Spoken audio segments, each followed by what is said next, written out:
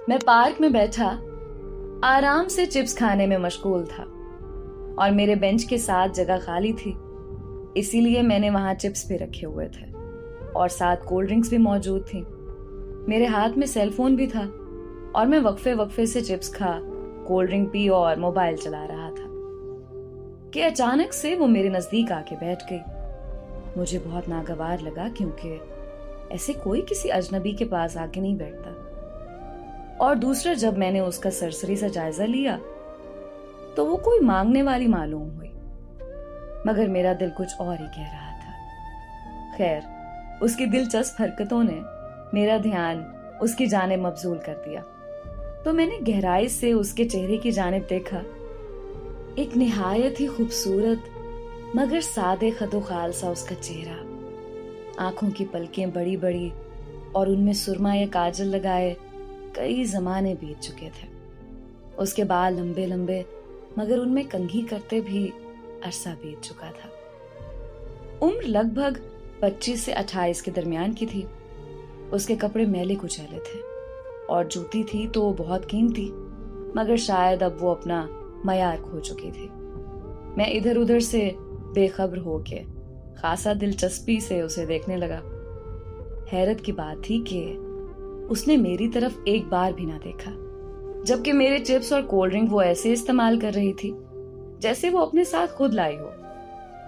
ये मामला मेरे लिए काफी दिलचस्प होता जा रहा था, इसीलिए मैंने उसे चिप्स और कोल्ड ड्रिंक से रोका नहीं, बल्कि गहरे तवक्कुफ से उसे तकने लगा। कुछ देर यूं ही खामोशी छाई रही और मैं उसे बड़ी बेतकल्लुफी से देखता रहा, मगर मेरा जब्त जवाब दे गया और मैं उससे मुखातिब हुआ।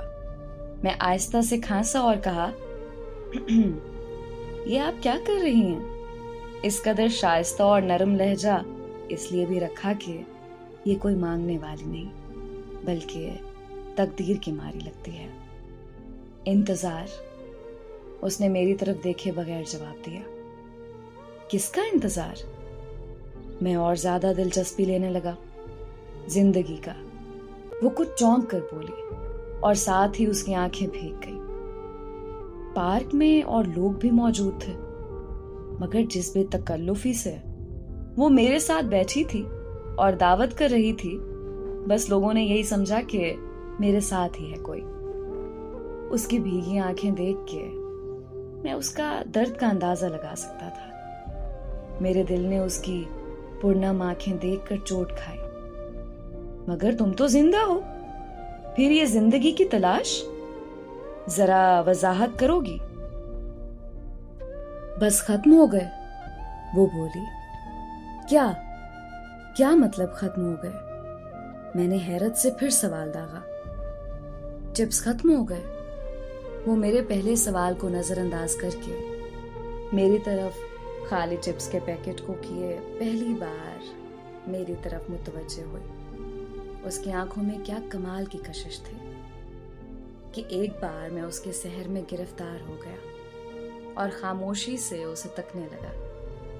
मगर अगले ही लम्हे उसने जोर जोर से खाली पैकेट को अपने दोनों हाथों से थपथपाया तो मैं हकीकत की दुनिया में वापस लौटा।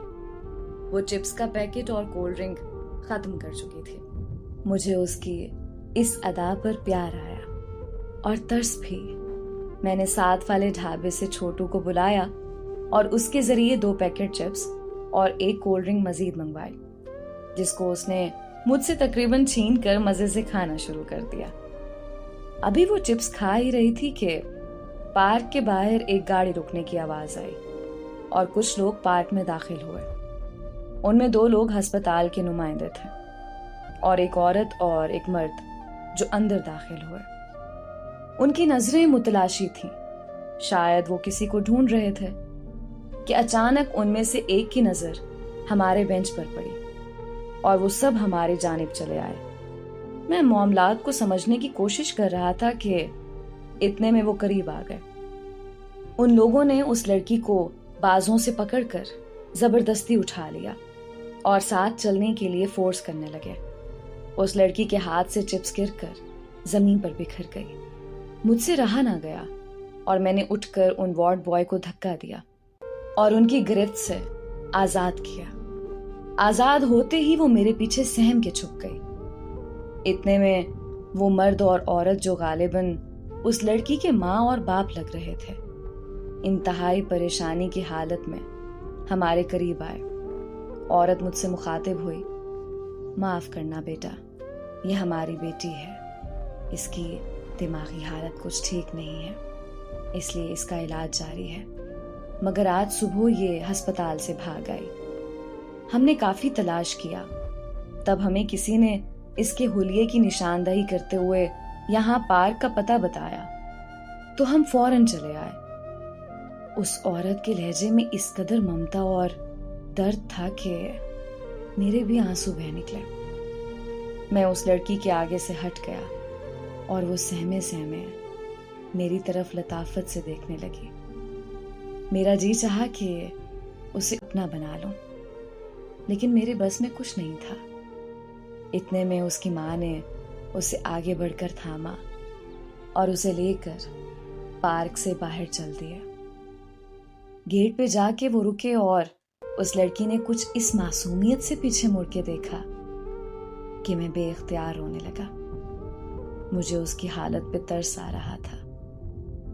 मैं अजीब कश्मकश में मुब्तला हैरत की तस्वीर बना खड़ा था कि उस लड़की जो मुझसे कदरे मानूस हुई थी, उससे उसके दर्द की वजह भी ना पूछ सका।